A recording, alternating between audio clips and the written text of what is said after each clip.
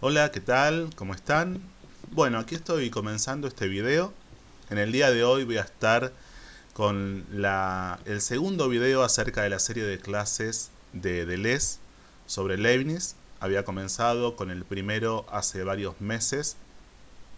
En aquel video había desarrollado algunos conceptos que tenían que ver con las primeras 5 clases. Eran clases del año 1980 que había dado Deleuze. Y en el día de hoy voy a estar abarcando la clase número 6. Ahí estoy mostrando la placa de presentación de esta clase. A esta serie de videos les di el nombre Singularidad e Infinito, que me parece que tiene mucho que ver con lo que más me interesan de los conceptos que más me interesan de todas estas clases. Y ya esta clase es del año, como están viendo ahí, del año 86, de fines del 86. Ahí también está el libro a partir del cual estas clases fueron compiladas, el Leibniz de Deleuze, de editorial Cactus. Y antes de empezar con algunos de los conceptos principales de esta clase, quería mostrar algunos ejes principales que van a resultarnos como guía, por lo menos a mí son los que más me interesaron para como ejes guía de todo el contenido de lo que vamos a ir viendo hoy. El primero tiene que ver con esta pregunta que aparece en pantalla acerca de la individualidad. Leibniz es un autor que trabaja muchísimo todo lo que implica la noción de mónada, por ejemplo, que vamos a ver hoy, y que tiene que ver con, para nosotros, lo que sería el plano de la subjetivación, de la individualidad, de cuáles son sus características, qué es lo que la define, cuál es la diferencia que tiene con otros filósofos. Ya vimos en el video anterior y vamos a profundizar hoy algunas diferencias con Descartes, habíamos visto algunas también con Kant, habíamos visto en algún sentido también la diferencia que podría tener con Freud en lo que podemos pensar como la categoría de inconsciente. En fin, varias cuestiones que están relacionadas con la visión de Leibniz. El segundo eje, que está muy relacionado con este, tiene que ver con, también en el plano de la subjetividad, lo que implica la noción de pliegue o despliegue y de devenir. Deleuze es uno de los filósofos que más ha trabajado la noción de devenir, que de alguna manera se puede remontar en algunos linajes de la historia de la filosofía misma. Y Leibniz trabaja muchísimo la noción de pliegue. De hecho, el libro de Deleuze sobre Leibniz se llama El pliegue. Y aquello que tiene que ver con estos dos conceptos, que son tomados de contextos en principio distintos y separados, me pareció interesante reunirlos en lo que tiene que ver con este plano de esta concepción de la subjetividad, que es distinta a la cual estamos acostumbrados a concebirla, a pensarla. ¿Sí? En general tendemos a concebir la subjetividad como una cierta interioridad, como una esencia, como algo, en fin, atemporal en el sentido de esencia. Y estos filósofos y este linaje filosófico implica otra visión. Bueno, vamos a ir viendo todo esto en qué sentido. Por otra parte, en Leibniz hay toda una reflexión acerca de la libertad, asociada a la libertad a la idea de un orden en el cual y a través del cual hay un proceso que potencia la libertad y potencia lo creativo. Esto es muy interesante porque en general son conceptos y nociones que a nosotros se nos aparecen como en tensión, como excluyentes. Y hablando de esto, de aquello que se nos aparece como términos excluyentes, esta es la lógica de funcionamiento de las antinomias. Vamos a ver también entonces cuáles son algunas de las antinomias que me parece que estas clases, estos contenidos que estamos viendo en esta serie y en otros videos del canal, se pueden ir interpelando y deconstruyendo con estos autores. Ahí elegí en principio señalar 4, algunas de ellas las había mencionado en algún video anterior. En este caso les propongo como un ejercicio a lo largo de los contenidos que vayamos a ver hoy, ver en qué momento se está aludiendo a algunas de estas antinomias en el sentido de cuestionarla, interpelarla, deconstruirla.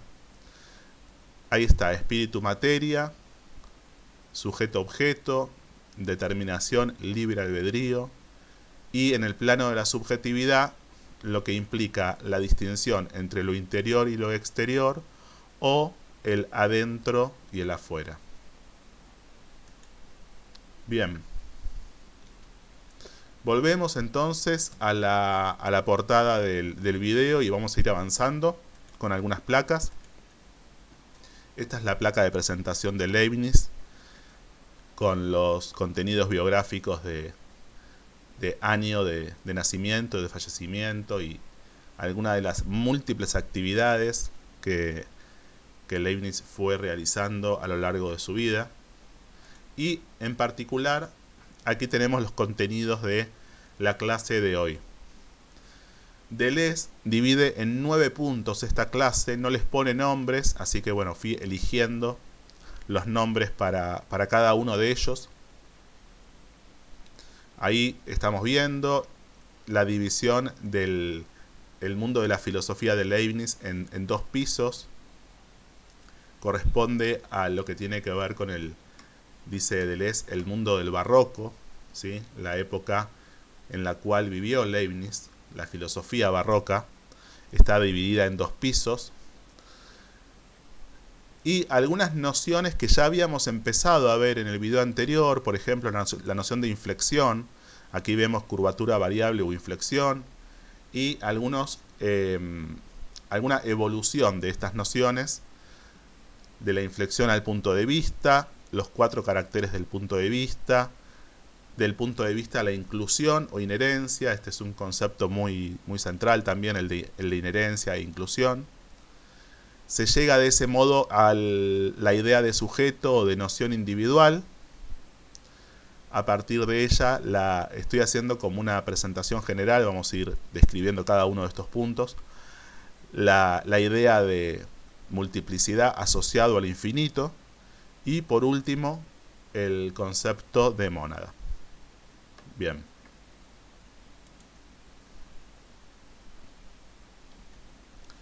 Bien, vamos a comenzar entonces.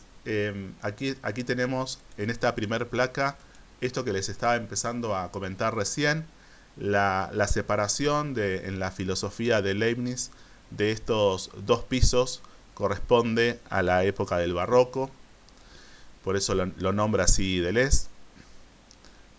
Estos 2 pisos en principio se pueden nombrar como el piso de lo simple y el de los simples y el de lo compuesto. El primero va a tener que ver con la idea de los pliegues del alma y el segundo con los repliegues de la materia. Esto es en un sentido no antinómico, esto del alma y la materia. Justamente lo que va a marcar Deleuze muy fuertemente es que esto cuestiona la idea de los 2 mundos platónica, la idea de los 2 mundos, el mundo inteligible, el mundo sensible, porque Leibniz va a operar, dice Deleuze, una renovación muy profunda en esta concepción platónica, que es la que de alguna manera rige nuestra subjetividad. Entonces, ¿por qué aparece este cuestionamiento? Bueno, porque estos pisos, estos 2 pisos van a tener comunicaciones diversas, pero van a estar comunicados. Por eso no se va a plantear una antinomia de uno u otro o una jerarquía de uno u otro. Dice entonces Deleuze que en Leibniz el mundo está afectado de una curvatura, por eso mencionaba antes el concepto de curvatura variable, que va a llevar a esta idea de inflexión. Esto va a estar dado tanto en lo que tiene que ver con la física como también en la idealidad de la matemática. Va a tener que ver con los desarrollos de Leibniz en cuanto a los números irracionales. Ahí están viendo el concepto de número irracional, que tiene que ver con la idea de curvatura sobre una recta, dice, y que esta curvatura va a tener que ver con la idea de infinito, porque dice que engendra una serie infinita. La curvatura variable remite a los centros de curvatura, dice, del lado de la concavidad de la curva, entonces remite a los vectores de concavidad. Todo esto que es matemático, que es geométrico, que puede parecer muy difícil, muy abstracto, hay una clase que yo recomiendo. Hay una clase que yo recomiendo que voy a poner acá en pantalla para quien quiera buscarlas. Está en YouTube. Pueden poner Deleuze, Leibniz y el punto de vista. Es una clase larga, tiene los subtítulos en castellano.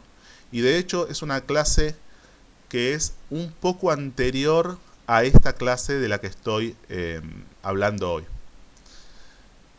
O sea, no está en el libro original de Cactus, que es del año 2006, sino que hay algunas clases que son clases intermedias que en su momento todavía no habían sido o traducidas o publicadas, pero la pueden encontrar en YouTube. Es de noviembre del año 86, es bastante interesante, bastante rica y se las recomiendo para aquellos que quieran profundizar sobre todo en esto de lo que estaba hablando recién, en esta idea de lo matemático, lo geométrico. De hecho, Deleuze mismo en diferentes momentos de la clase se para y en el pizarrón hace algunos gráficos y dibujos geométricos. Bien, volvemos.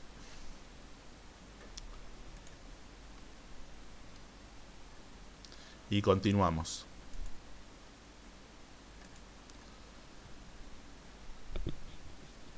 Una diferencia que va a implicar esta geometría distinta que va a plantear Leibniz va a tener que ver con la predominancia de lo que va a llamar el vértice del cono en lugar del centro del círculo. Dice Deleuze que lo que va a ocurrir es un pasaje de una geometría del círculo a una geometría del cono. Y que ese vértice es un lugar a partir del cual algo va a ser dado a ver. ¿Sí? Ahí está lo de geometría, bueno, del centro por una geometría de los vértices también. El vértice del cono, dice, es un punto de vista porque tiene la potencia de ordenar las curvas de segundo grado, y ahí nombra algunas, círculo, elipse, parábola, hipérbola. Recuerdo que en ese video que les comentaba recién, bueno, va como dibujando las diferentes figuras. Lo que quiero señalar, lo que quiero dejar bien remarcado ahí, por eso lo marqué con rojo, es que esta idea del vértice del cono como punto de vista, una primer característica que va a tener es esta potencia de ordenar, ¿sí? Esa idea de orden, y una primera referencia a algo que tiene la potencia de ordenar es central para comenzar con esta exposición, porque va a tener consecuencias en todo lo que vamos a seguir viendo. Otra característica del punto de vista es que en ese sentido, en ese mismo sentido que es una potencia de ordenar, también es un organizador del caos, ¿sí? Y en ese sentido subraya esto de Deleuze en relación a que la curvatura de las cosas exige un punto de vista. A partir del punto de vista se captan una serie de formas en sus pasos las unas con las otras. Esto tiene que ver con la metamorfosis, pero también el paso del caos a la forma, esto tendrá que ver con lo que se llama anamorfosis, etc. Estos son los caracteres, ¿sí?, de lo que va a llamar el punto de vista. Otro carácter es la pluralidad esencial de los puntos de vista, que tiene que ver con la distribución de ellos alrededor de lo que se llama los puntos de inflexión. Bien, estoy yendo rápidamente en estas primeras placas porque me voy a querer detener sobre todo, como les decía al principio, en la noción de mónada, ¿sí?, que viene más hacia el final. En esta placa comienza un pasaje muy interesante, muy importante, que es hacia el concepto de inclusión o de inherencia. Dice: las cosas son plegadas para estar envueltas, para ser incluidas. La envoltura es la razón del pliegue, la inclusión es la razón de la inflexión y la inflexión es la razón de la curvatura. Cómo se van encadenando los conceptos y las nociones en Leibniz. Algo que destaca siempre Deleuze de Leibniz es su extrema lógica. De hecho, es una de las ocupaciones, de las especialidades de Leibniz, la lógica. Y cómo en este sentido siempre hay en Leibniz una búsqueda de la razón, ¿sí?, del encadenamiento lógico, que algo que le llama mucho la atención a Deleuze es cómo este encadenamiento lógico lo lleva hacia ideas extraordinarias y que incluso parecen absurdas, ¿sí? A fuerza de llevar al extremo la lógica, bueno, aparecen conceptos asombrosos, dice Deleuze. Bueno, la noción de inclusión o inherencia va a implicar esto que tiene que ver con lo que está envuelto. Dice Deleuze que envuelto en latín es justamente involvere, implicare, lo que está plegado, plicare, por eso mismo está implicare. Lo plegado está puesto, está incluido en algo. Y lo que está plegado, y esto es también central, no existe fuera de lo que envuelve. Esta complejidad del pliegue y del infinito es algo que va a estar volviendo permanentemente. La idea de lo implicado también me parece también muy importante marcar cómo a lo largo de diferentes momentos históricos y diferentes autores trabajaron esta idea de el orden implicado, ¿sí?, el orden implicado en lo manifestado, y cómo esto, bueno, uno de los antecedentes y una de las referencias centrales tiene que ver con lo que estamos viendo, ¿no es cierto?, en Leibniz. Lo plegado está implicado, envuelto, en algo que ocupa el punto de vista. Ahí señalé en rojo esto de algo que ocupa, ¿sí?, que vamos a ver qué es. Y aquí llegamos a esta placa que tiene como título Sujeto, noción individual. Va a decir Deleuze, va a marcar esta progresión, ¿sí? Primero, lo que estaba plegado remite a un punto de vista, y en el paso siguiente, lo que está plegado está envuelto en algo que ocupa el punto de vista, ¿sí? Hay una diferencia muy importante, y Deleuze dice que en este momento de la exposición, en este momento de la clase, va a tratar de precisar en qué consiste esta progresión. Dice: el pliegue está implicado en lo implicante, es envolvente, es el sujeto, envuelve lo que está plegado, el objeto en tanto que describe curvas variables. Y a eso le da un nombre, ¿sí?, que es objetil. Acá ya podemos empezar a ver algunas de las nociones que tienen que ver con aquello que desafía la antinomia sujeto-objeto, esta idea de objetil en tanto que el objeto que describe curvas variables. Vamos a ver también otras nociones que tienen que ver con esta con esta deconstrucción de esta antinomia. Dice, es la primera vez que un filósofo define a un sujeto de esta manera, como un punto de vista, un vértice, un superjeto. Esta es otra noción, ¿sí? Superjeto, que parece estar implicando en una misma palabra la idea de sujeto y de objeto, ¿no es cierto?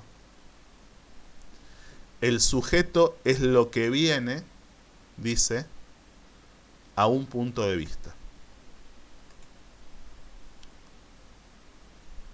En realidad va a aclarar seguidamente que no hay una identidad del punto de vista con el sujeto, sino que el punto de vista va a ser en realidad la modalidad del sujeto. Esta palabra modalidad la marqué ahí en rojo porque es una distinción muy importante para no igualar justamente el punto de vista con el sujeto. Porque el sujeto, dice, es en realidad el envolvente. Lo que envuelve un alma son los estados del mundo como predicados, perdón, como predicados del sujeto.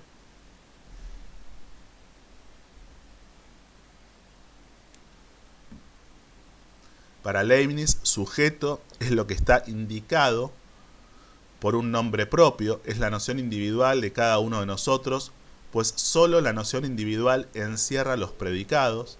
Los predicados son todos los estados del mundo.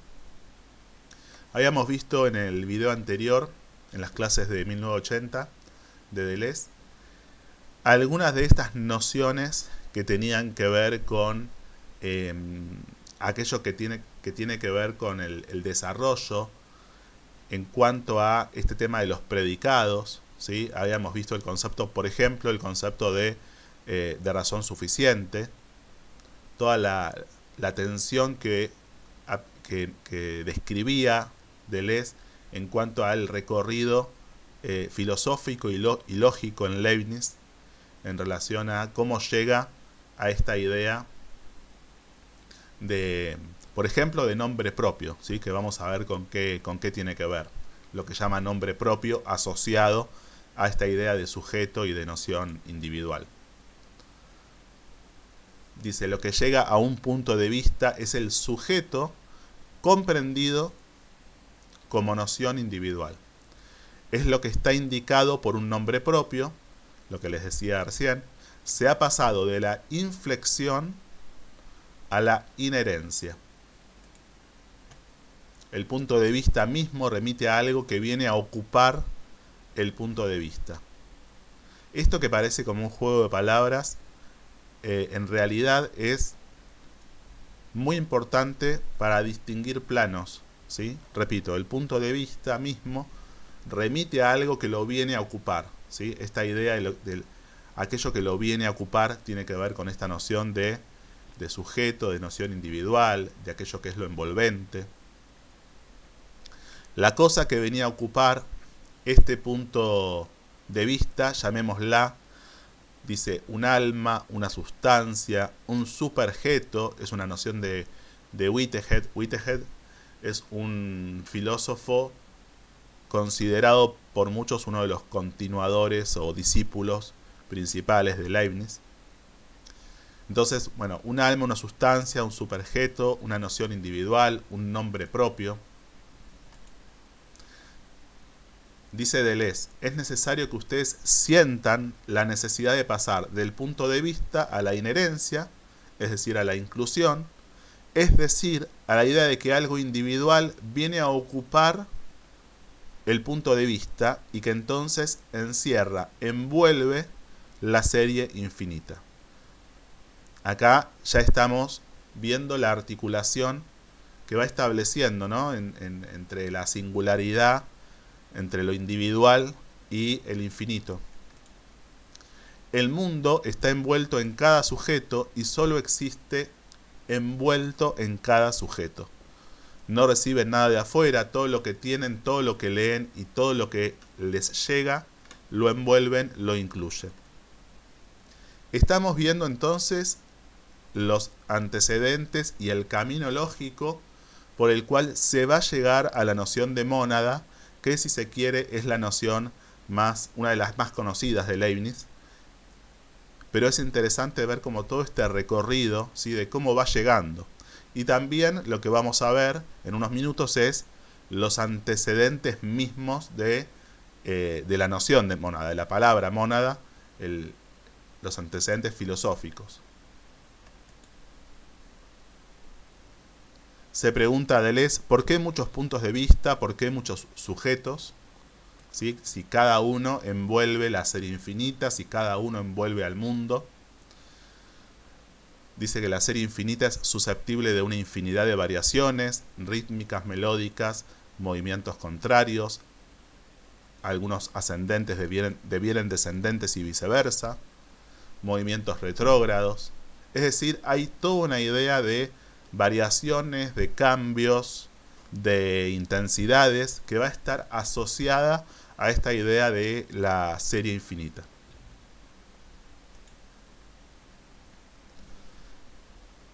Acá marca algo que me parece muy importante tener en cuenta. Cada sujeto responde a una variación. No hay dos sujetos que comiencen la serie infinita por el mismo término, ni que lo terminen en el mismo.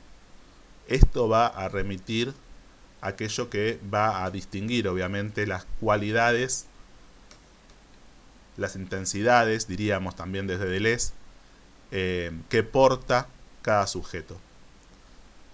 Las multiplicidades de intensidades que cada sujeto porta. Por eso esta placa se llama multiplicidad infinita.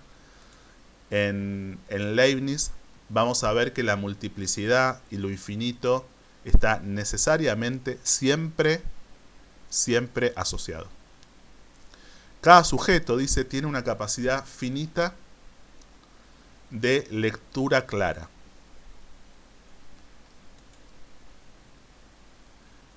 Vamos a profundizar eso que decía recién, de que cada sujeto tiene una capacidad finita de lectura clara. Lo vamos a profundizar en un momento.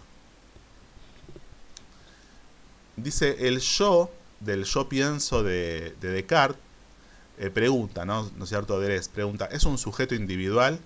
Bueno, dice que no, que ese yo pienso no se refiere a Descartes, sino que se refiere a cualquiera que diga yo o yo pienso.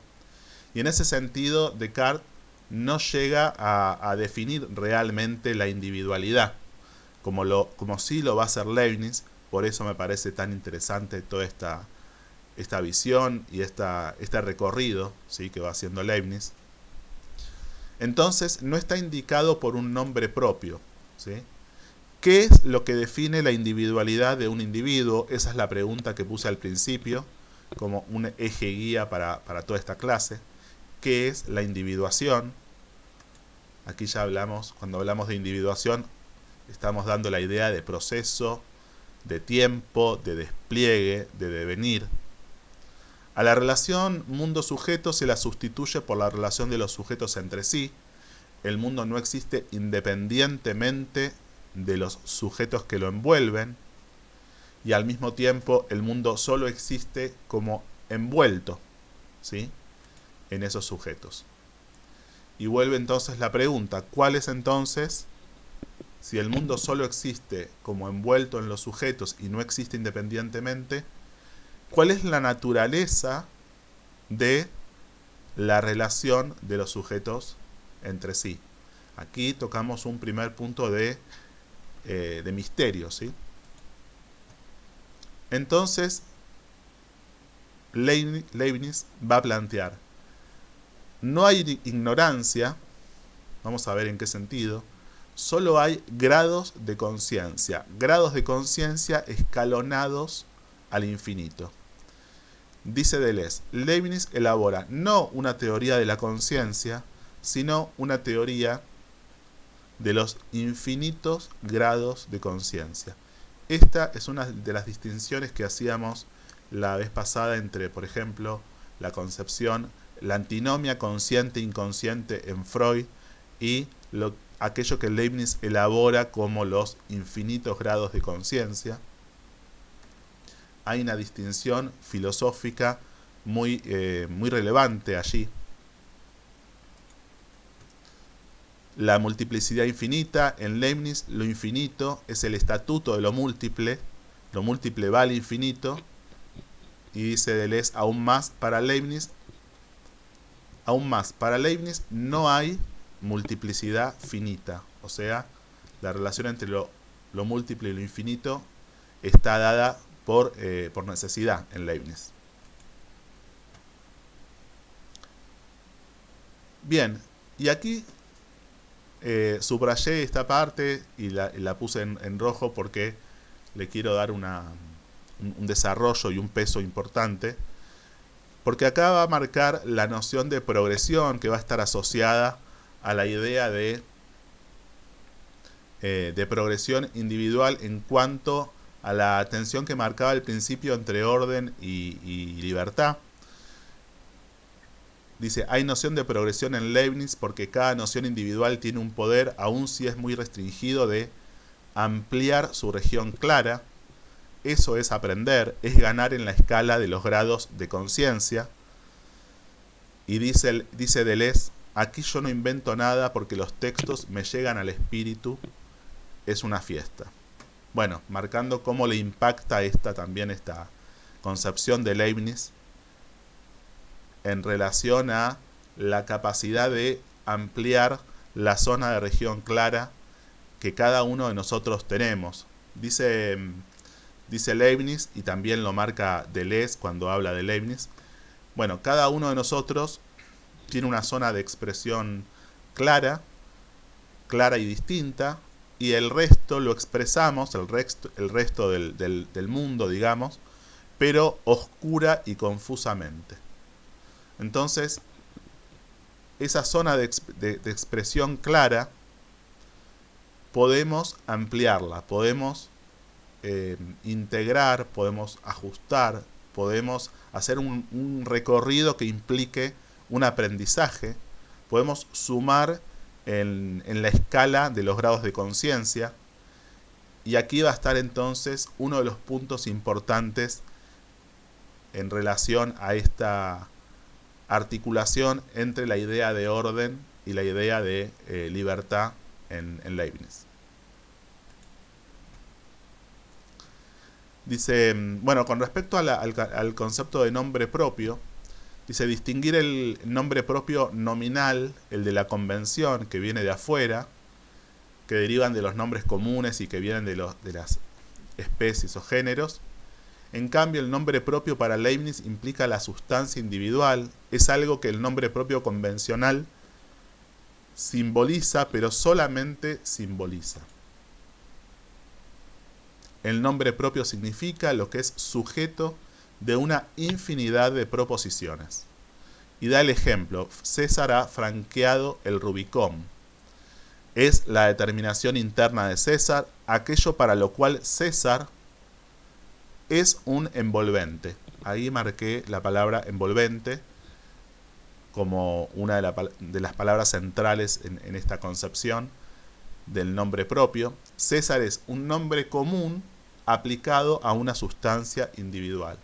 Es decir, todo aquello que tiene que ver, que se puede decir exactamente de un sujeto en cuanto a determinaciones de espacio, de tiempo, de acciones, va a tener que ver con esta idea de nombre propio. Por eso dice, es la determinación interna de César, aquello para lo cual César es un envolvente. Y esto tiene que ver también con lo que veíamos en el video pasado acerca de la idea de composibilidad, ¿sí? Lo composible, lo incomposible, en relación a lo que se llaman las verdades de existencia. Deleuze distingue en relación a la concepción de Leibniz entre las verdades de esencia y las verdades de existencia.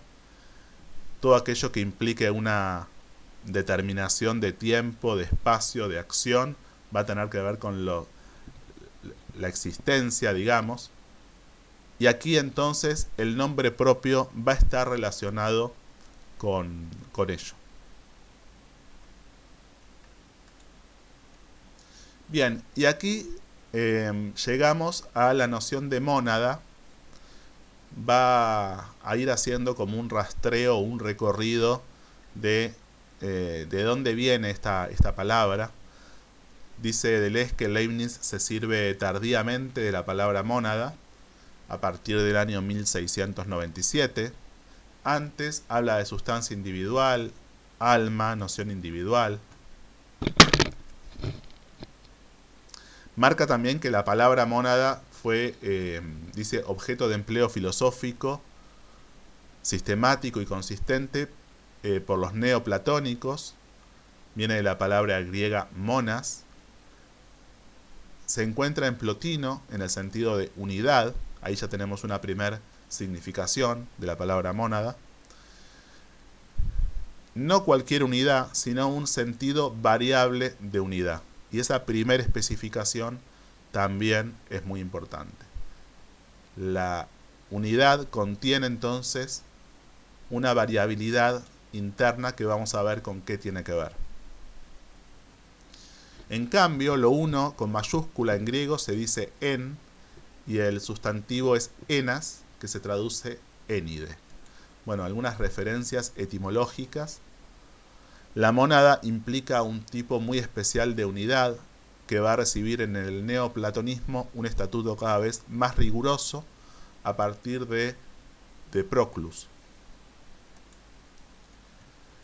Proclus nos habla de un cierto estadio de lo uno. ¿Sí? En el neoplatonismo aparece la distinción entre lo uno y lo múltiple. Dice Deleuze que de Platón van a surgir dos corrientes principales, dos tradiciones principales filosóficas. Una es la de Aristóteles, que tiene que ver con las figuras sólidas y con el eje forma-materia. Y por otro lado aparece Plotino, en el cual van a predominar las figuras de luz y el eje va a ser el eje de lo uno y lo múltiple. En la tradición pitagórica, monas es el fuego. En Proclus, monas designa un estado de lo uno que ya está nutrido de una multiplicidad virtual. Esta idea de que lo uno ya está nutrido de una multiplicidad virtual es, bueno, un antecedente que va a tener que ver con la concepción que Leibniz le va a dar. Por un lado va a tomar, pero que va a reformular y va a enriquecer de una manera muy particular con respecto a su concepción de la mónada. En el neoplatonismo hay una serie de capas donde en la más alta está lo uno o la luz, lo uno encima de todo, de lo que no se puede decir nada, lo uno más que el ser. Lo uno que no se puede decir que es, porque si dice que es sería dos, o sea, sería ser, sería uno y ser. Lo uno que no es, lo uno encima del ser, está más allá de todo. Como los rayos de luz, por eso hablábamos antes de las figuras de luz en la tradición filosófica que comienza con Plotino. Como los rayos de luz, hay estados degresivos de lo uno. Uno de esos estados es cuando lo uno deja de ser puramente uno para envolver, para implicar, involvere, lo múltiple, y ese múltiple envuelto es lo múltiple virtual.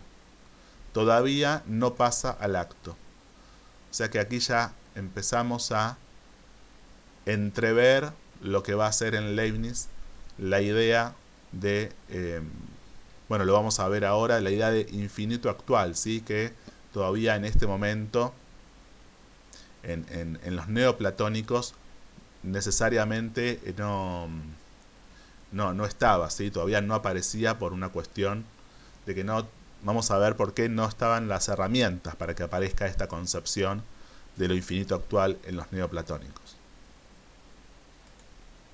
Las grandes unidades de una multiplicidad virtual, a eso lo llamará monas. Monas designa una unidad cuando ella es principio de una serie degresiva. La mónada en su función de principio engendra la multiplicidad, dice que le es apropiada. Bueno, y finalmente llegamos a la concepción de mónada en Leibniz. En Leibniz la mónada está llena de una multiplicidad virtual, pues envuelve todos los estados del mundo. Es principio de una serie, puesto que por su punto de vista es apertura sobre una serie infinita. Todo esto tiene que ver con lo que venimos viendo desde el principio. Le va a dar a la palabra mónada otra función completamente original, de la que los neoplatónicos no tenían idea. Leibniz nos dice: la mónada es la noción individual, es el individuo mismo, es la unidad subjetiva, es la subjetividad. La unidad como mónada es el individuo.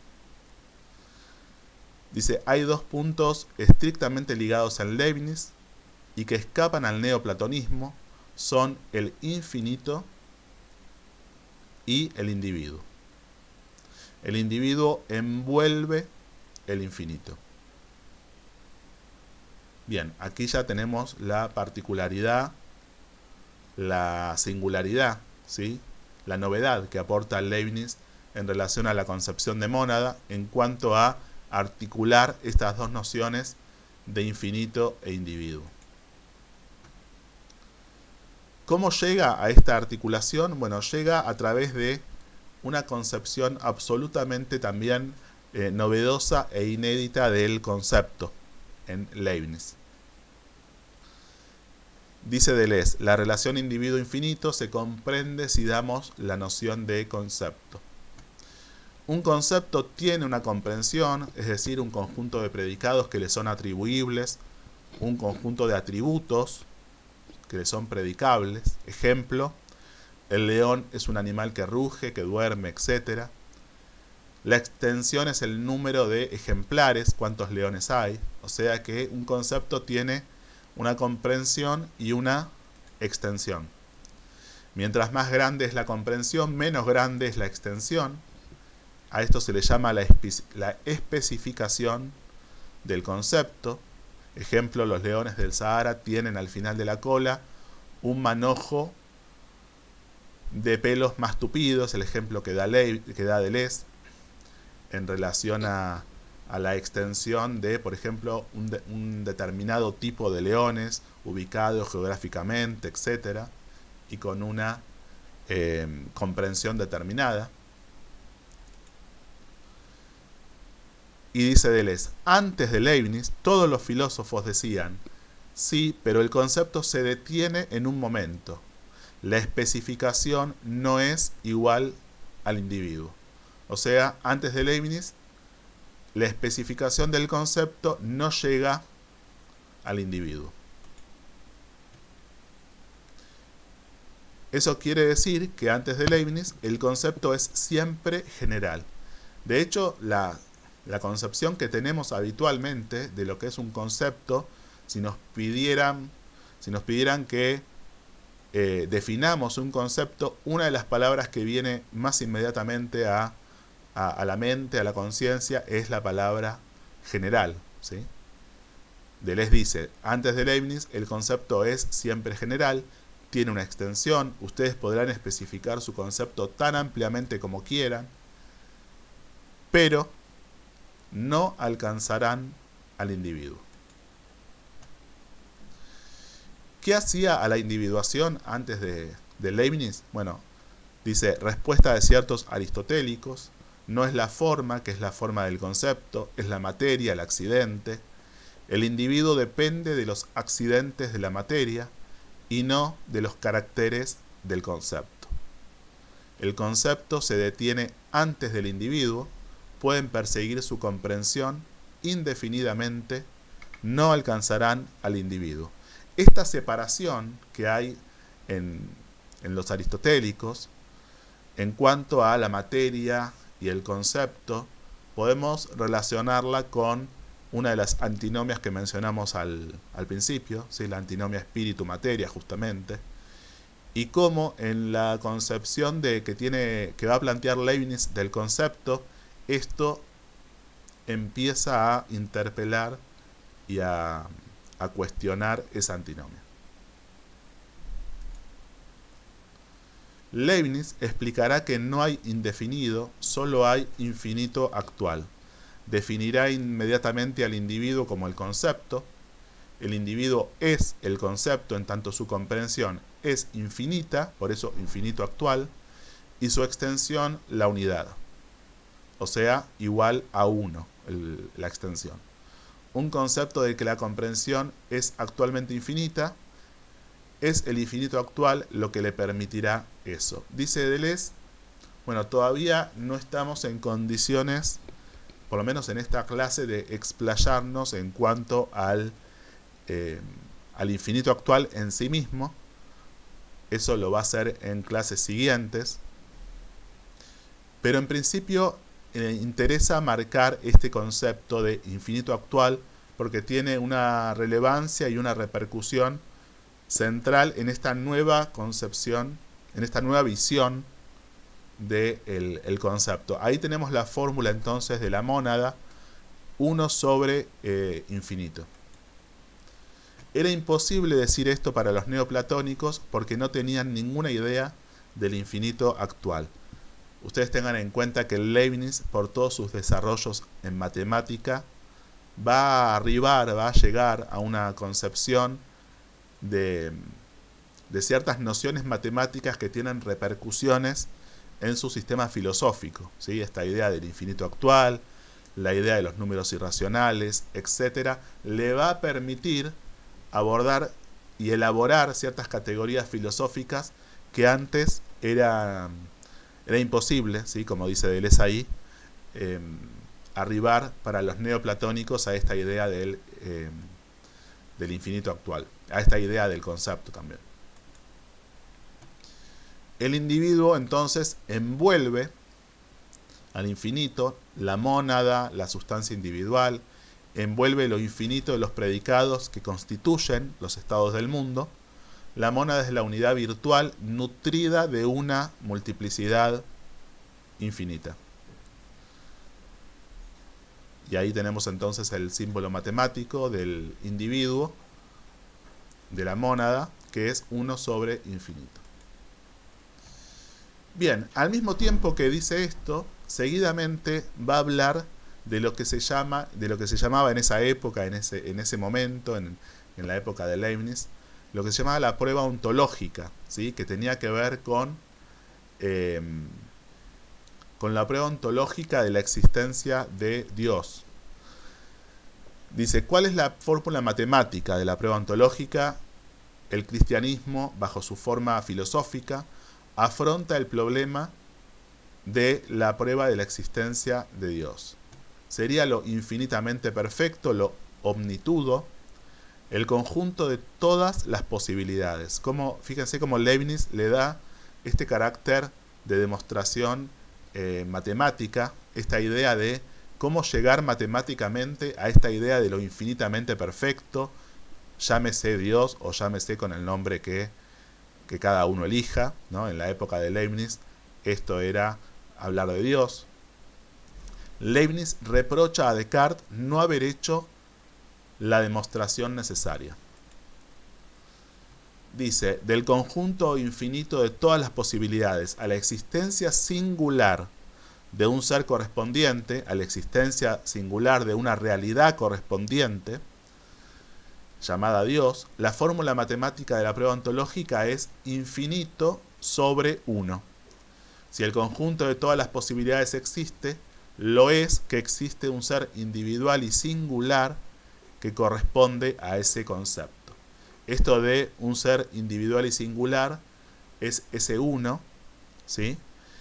Y la idea del conjunto de todas las posibilidades que existen sería el infinito. Por eso, la fórmula de la prueba ontológica es infinito sobre 1, justo al revés de la fórmula de la mónada que habíamos visto que era 1 sobre infinito.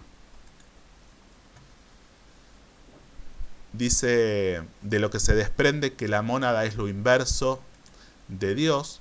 Lo inverso tiene un estatuto singular, no es lo opuesto ni lo contrario. La noción de números inversos en matemáticas, el inverso de 2, por ejemplo, es un medio, y lo contrario de 2 es menos 2.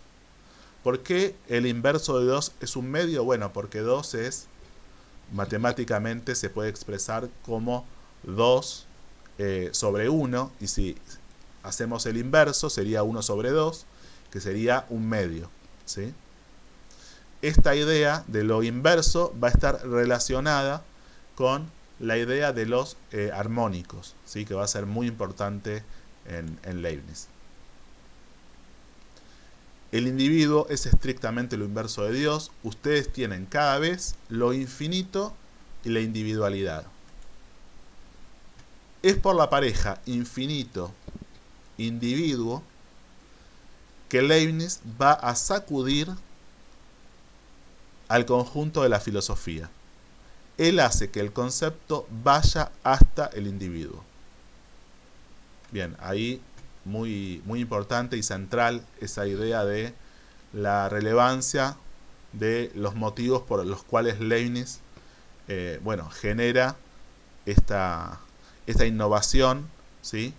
Y es tan disruptivo para la historia de la filosofía, ¿no es cierto? Dice, antes de Leibniz, la individuación venía después de la especificación, que era la división del concepto en géneros, especies, etc. Y dice Deleuze, y se nos ha metido en la cabeza que era más normal empezar por lo más general. Bueno, acá es muy directo Deleuze, muy claro y muy enfático, ¿no? en marcar esto. Si se parte de lo más general, forzosamente no se alcanzará al individuo. La individuación, dice, es primera.